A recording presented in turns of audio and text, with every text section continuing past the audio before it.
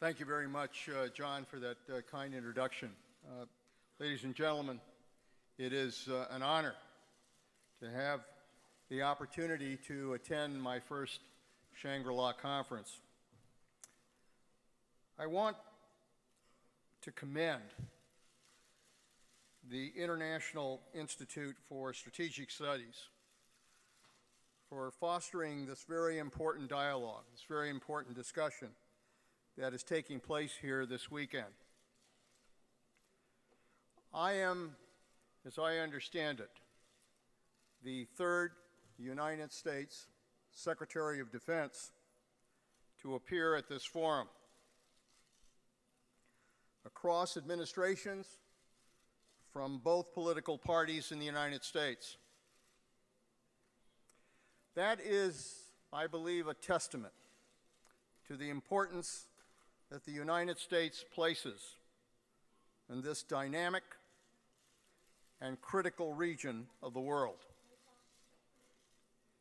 It is in that spirit that I have come to Singapore at the beginning of an 8-day journey across Asia that will take me to Vietnam and to India as well. The purpose of this trip and of my remarks today is to explain the new defense strategy that the United States has put in place and why the United States will play a deeper and more enduring partnership role in advancing the security and prosperity of the Asia-Pacific region, and how the United States military supports that goal by rebalancing towards this region. Since the United States grew westward in the 19th century, we have been a Pacific nation. I was born and raised in a coastal town in California called Monterey, and have spent a lifetime looking out across the Pacific Ocean.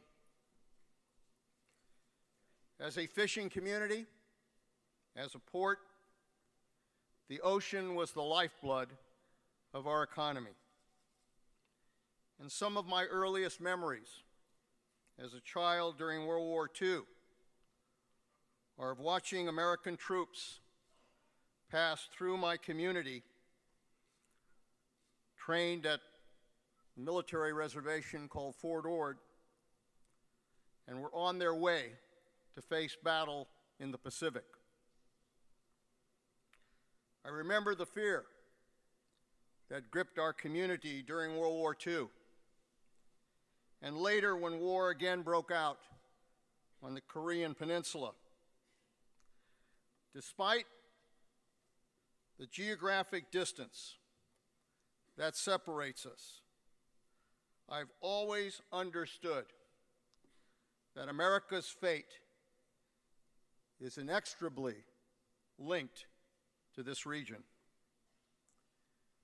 This reality has guided more than 6 decades of U.S. military presence and partnership in this region. A defense posture which, along with our trading relationships, along with our diplomatic ties, along with our foreign assistance, helped usher in an unprecedented era of security and prosperity in the last half of the 20th century. In this century, the 21st century, the United States recognizes that our prosperity and our security depends even more on the Asia-Pacific region. After all, this region is home to some of the world's fastest growing economies: China, India, and Indonesia, to mention a few. At the same time, Asia Pacific contains the world's largest populations and the world's largest militaries. Defense spending in Asia is projected by this institute, the IISS, to surpass that of Europe this year. And there is no doubt that it will continue to increase in the future. Given these trends, President Obama has stated that the United States will play a larger role in this region over the decades to come. This effort will draw on the strengths of the entire United States government. We take on this role not as a distant power, but as part of the Pacific family of nations. Our goal is to work closely with all of the nations in this region to confront common challenges and to promote peace, prosperity, and security for all nations in the Asia-Pacific region. My colleague and my good friend, Secretary of State Hillary Clinton, has also outlined our refocus on the Asia-Pacific, emphasizing the crucial part that diplomacy, trade, and development will play in our engagement. The same is true for defense policy. We will play an essential role in promoting strong partnerships that strengthen the capabilities of the Pacific nations to defend and secure themselves. All of the U.S. military services are focused on implementing the President's guidance to make the Asia-Pacific a top priority. Before I detail these specific efforts, let me provide some context for our broader defense strategy in the 21st century. The United States is at a strategic turning point after a decade of war. We have significantly weakened Al-Qaeda's leadership and ability to attack other nations. We have sent a very clear message that nobody attacks the United States and gets away with it. Our military mission in Iraq has ended. We've helped establish an Iraq that can secure and govern itself. In Afghanistan, where a number of Asia-Pacific nations are playing a critical role in the international coalition, we have begun our transition to the Afghan security lead and to an Afghanistan that can secure and govern itself. In the recent meeting in Chicago, NATO and its partners, over 50 nations, came together to support General Allen's plan to accomplish this goal. In addition to that, we joined in a successful NATO effort to return Libya to the Libyan people. But even as we have been able to draw these wars to a hopeful end, we are confronted today by a wide range of complex global challenges. From terrorism, terrorism still remains a threat in the world. From terrorism to the destabilizing behavior of Iran and North Korea. From nuclear proliferation to the new threat of cyber attack, from continuing turmoil in the Middle East to territorial disputes in this region. At the same time, the United States, like many other nations, is dealing with large debt and large deficits, which has required the Department of Defense to reduce the planned budget by nearly $500 billion, more specifically $487 billion that were directed to be reduced by the Congress in the Budget Control Act over the next decade. But this new fiscal reality, kind of challenge that many nations confront these days, has given us an opportunity to design a new defense strategy for the 21st century that both confronts the threats that we face and maintains the strongest military in the world. This strategy makes clear that the United States military, yes, it will be smaller, it will be leaner, but it will be agile and flexible and quickly deployable and will employ cutting-edge technology in the future. It makes equally clear that while the U.S. military will remain a global force for security and stability, we will, of necessity, rebalance towards the Asia-Pacific region. We will also maintain our presence throughout the world. We will do it with innovative rotational deployments that emphasize the creation of new partnerships and new alliances. We will also invest in cyber, invest in space, invest in unmanned systems, invest in special forces operations.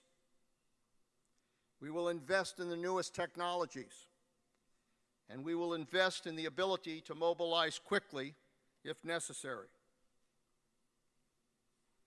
We have made choices, and we have set priorities, and we have rightly chosen to make this region a priority. Our approach to achieving the long-term goal in the Asia-Pacific is to stay firmly committed to a basic set of shared principles. Principles that promote international rules and order to advance peace and security in the region, deepening and broadening our bilateral and multilateral partnerships, enhancing and adapting the U.S. military's enduring presence in this region, and to make new investments in the capabilities needed to project power and operate in Asia-Pacific. Let me discuss each of these shared principles. The first is the shared principle that we abide by international rules and order. Let me underscore that this is not a new principle. Our solid commitment to establish a set of rules that all play by is one that we believe will help support peace and prosperity in this region. What are we talking about? These rules include the principle of open and free commerce, a just international order that emphasizes rights and responsibilities of all nations, and a fidelity to the rule of law. Open access by all to their shared domains of sea, air, space, and cyberspace, and resolving disputes without coercion or the use of force. Backing these issues involves resolving disputes as quickly as possible through diplomatic efforts. Backing these principles has been the essential mission of the United States military in the Asia-Pacific for more than 60 years. And it will be even a more important mission in the future. My hope is that in line with these rules and international order that is necessary, that the United States will join over 160 other nations in ratifying the Law of the Seas Convention this year. The second principle is one of partnerships. Key to this approach is our effort to modernize and strengthen our alliances and partnerships in this region. The United States has key treaty alliances with Japan, South Korea, Australia, the Philippines, and Thailand. We have key partners in India, Singapore, Indonesia, and other nations. And we are working hard to develop and build stronger relations with China.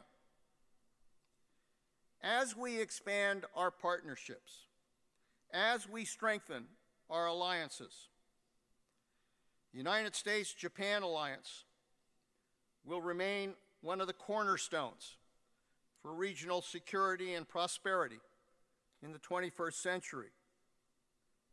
For that reason, our two militaries are enhancing their ability to train and operate together and cooperating closely in areas such as maritime security and intelligence, surveillance, and reconnaissance.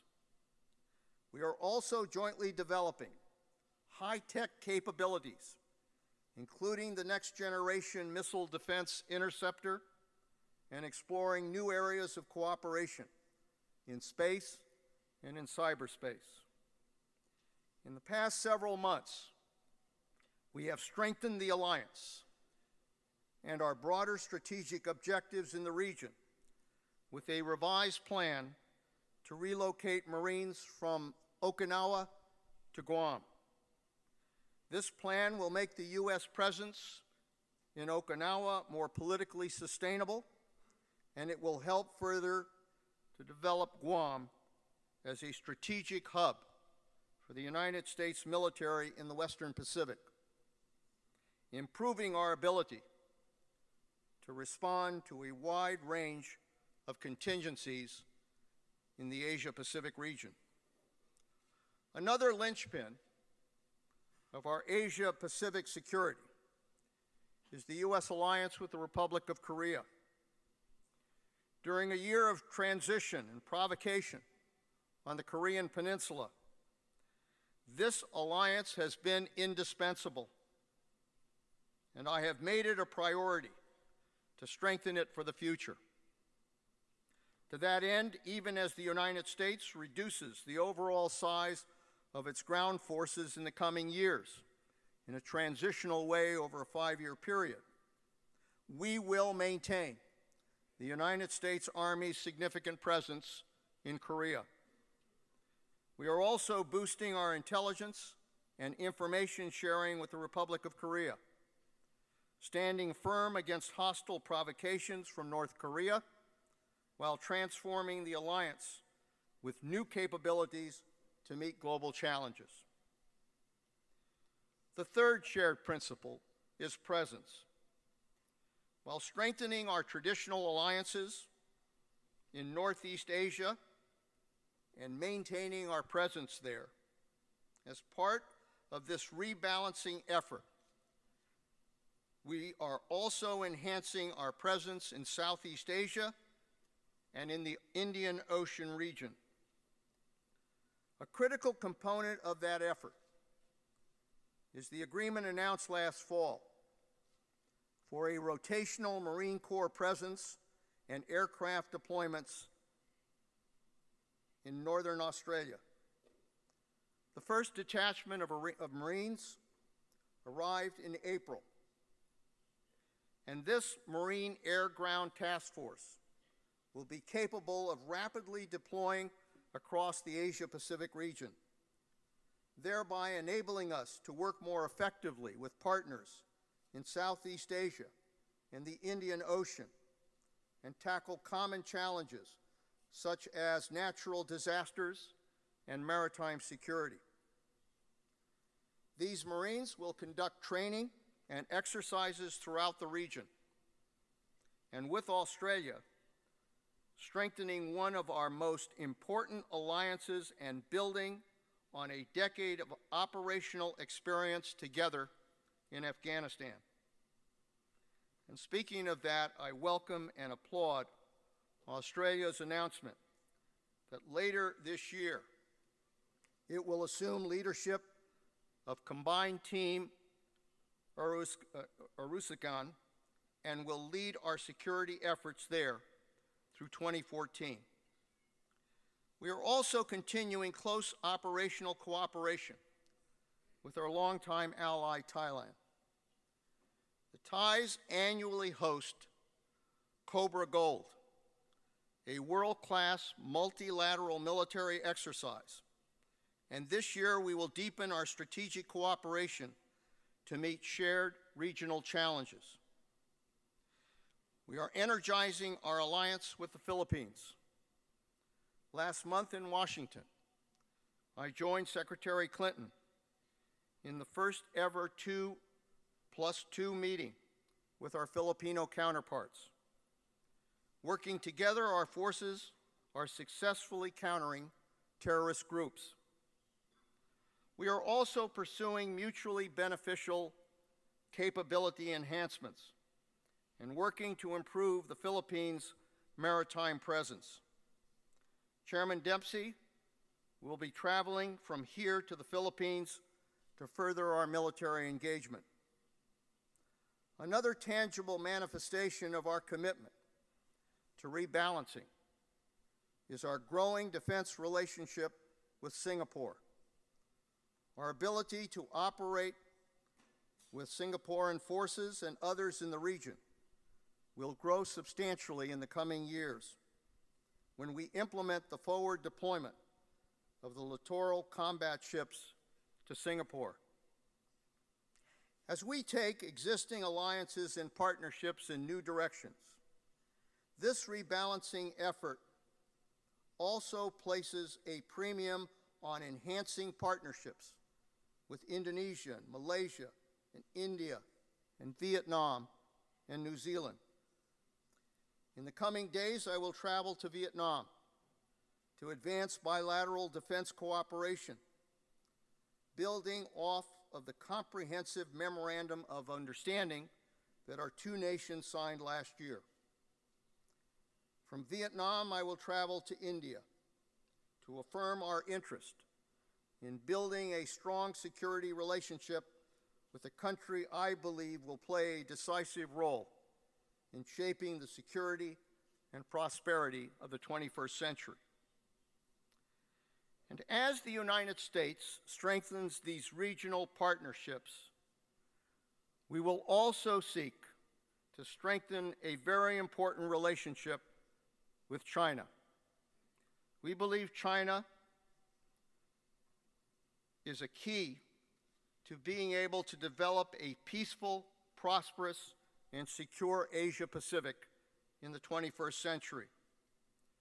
And I am looking forward to traveling there soon at the invitation of the Chinese government. Both of our nations recognize that this relationship between the United States and China is one of the most important in the world. We in the United States are clear-eyed about the challenges. Make no mistake about that.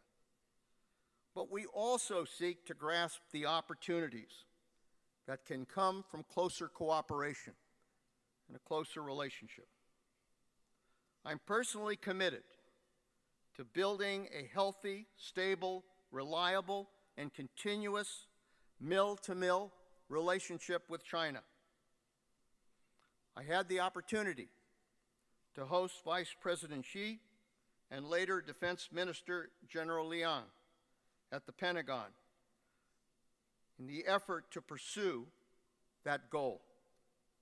Our aim is to continue to improve the strategic trust that we must have between our two countries and to discuss common approaches to dealing with shared security challenges.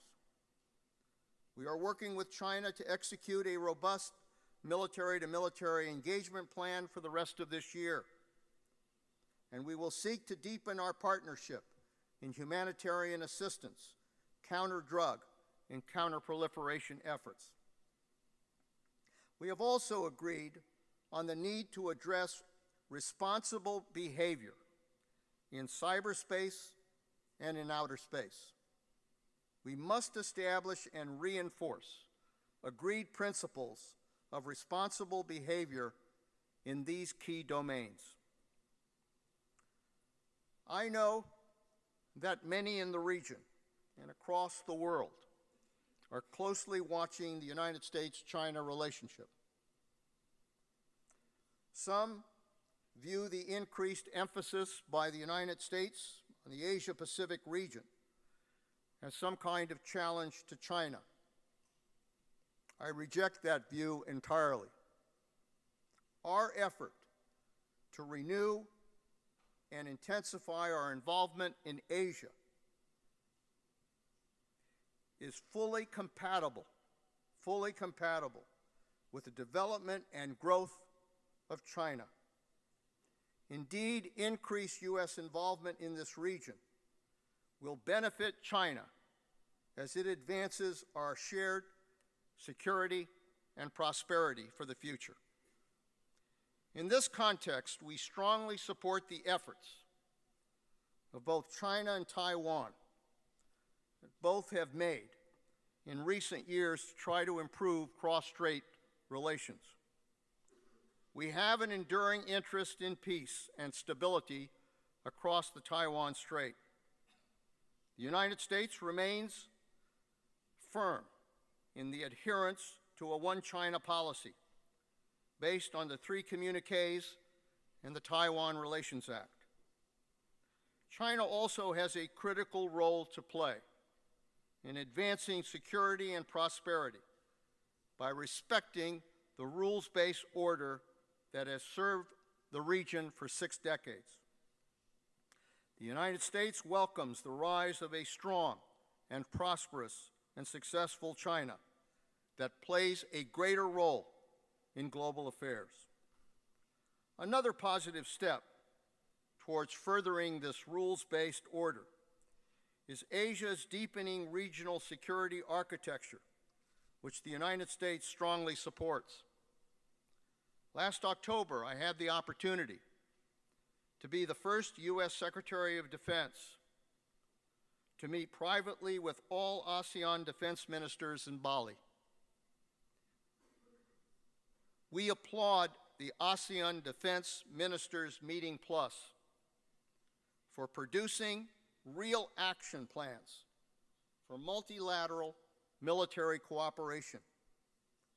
And I strongly support the ASEAN decision to hold more frequent Admin Plus discussions at the ministerial level.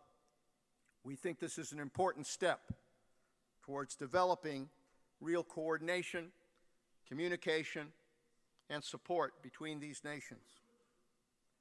The United States believes it is critical for regional institutions to develop mutually agreed rules of the road that protect the rights of all nations to free and open access of the seas. We support the efforts of the ASEAN countries and China to develop a binding code of conduct that would create a rules-based framework for regulating the conduct of parties in the South China Sea, including the prevention and management of disputes. On that note, we are obviously paying close attention to the situation in the Scarborough Shoals in the South China Sea. The U.S. position is clear and consistent. We call for restraint and for diplomatic resolution. We oppose provocation, we oppose coercion, and we oppose the use of force. We do not take sides when it comes to competing territorial claims, but we do want this dispute resolved peacefully and in a manner consistent with international law. We have made our views known and very clear to our close treaty ally, the Philippines, and we have made those views clear to China and to other countries in the region. As a Pacific power, the United States has a national interest in freedom of navigation, in unimpeded economic development and commerce, and in a respect for the rule of law. Our alliances, our partnerships, and our enduring presence in this region all serve to support these important goals. And for those who are concerned about the ability of the United States to maintain a strong presence in the Asia-Pacific region, in light of the fiscal pressures that we face, let me be very clear. The Department of Defense has a 5-year budget plan and a detailed blueprint for implementing the strategy I just outlined, for realizing our long-term goals in this region, and for still meeting our fiscal responsibilities. The final principle, shared principle that we all have, is force projection. The budget is the first in what will be a sustained series of investments and strategic decisions to strengthen our military capabilities in the Asia-Pacific region. I would encourage you to look at the increasing technological capabilities of our forces, as much as their numbers, in judging the full measure of our security presence and our security commitments. For example, over the next 5 years, we will retire older Navy ships, but we will replace them with more than 40 far more capable and technologically advanced ships. Over the next few years, we will increase the number and the size of our exercises in the Pacific. We will also increase and more widely distribute our port visits, including in the important Indian Ocean region.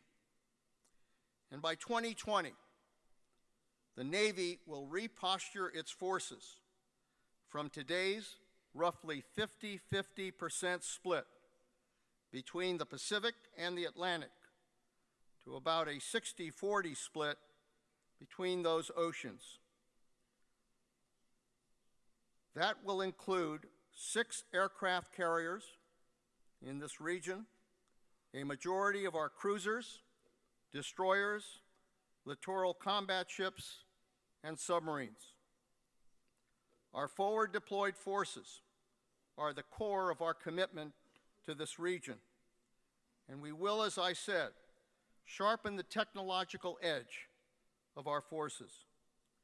These forces are also backed up by our ability to rapidly project military power if needed to meet our security commitments. Therefore, we are investing specifically in those kinds of capabilities, such as an advanced 5th-generation fighter, an enhanced Virginia-class submarine, new electronic warfare and communications capabilities, and improved precision weapons that will provide our forces with freedom of maneuver in areas which our access and freedom of action may be threatened. We recognize the challenges of operating over the Pacific's vast distances. That is why we are investing in new aerial refueling tankers, a new bomber, and advanced maritime patrol and anti-submarine warfare aircraft. In concert with these investments in military capabilities, we are developing new concepts of operations, which will enable us to better leverage the unique strengths of these platforms and meet the unique challenges of operating in the Asia-Pacific.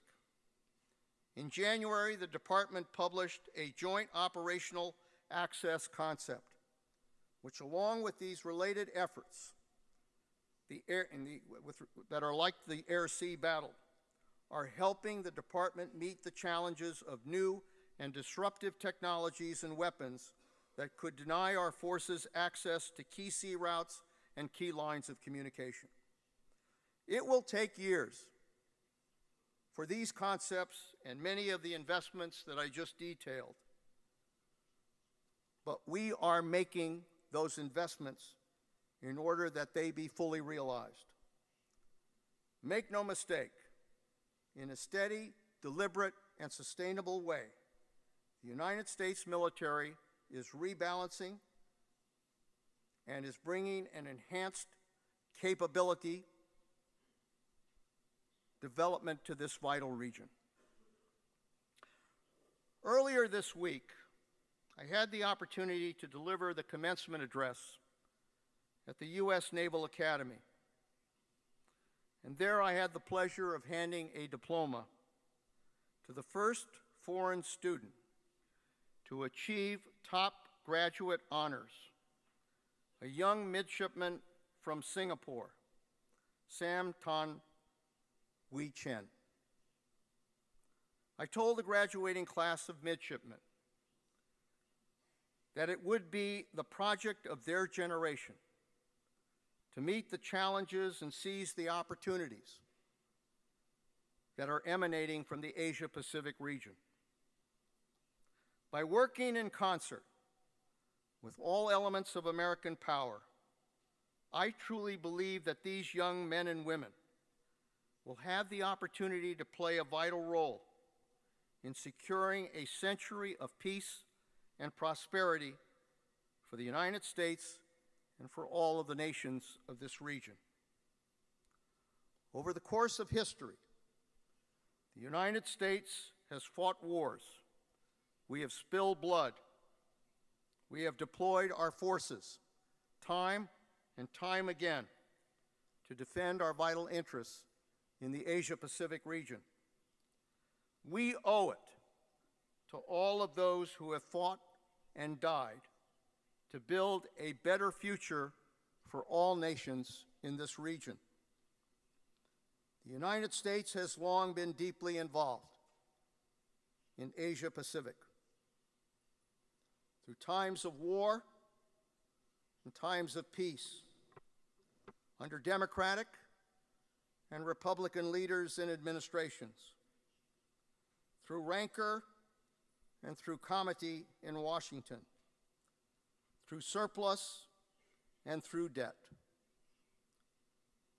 We were there then, we are here now, and we will be here in the future. Thank you.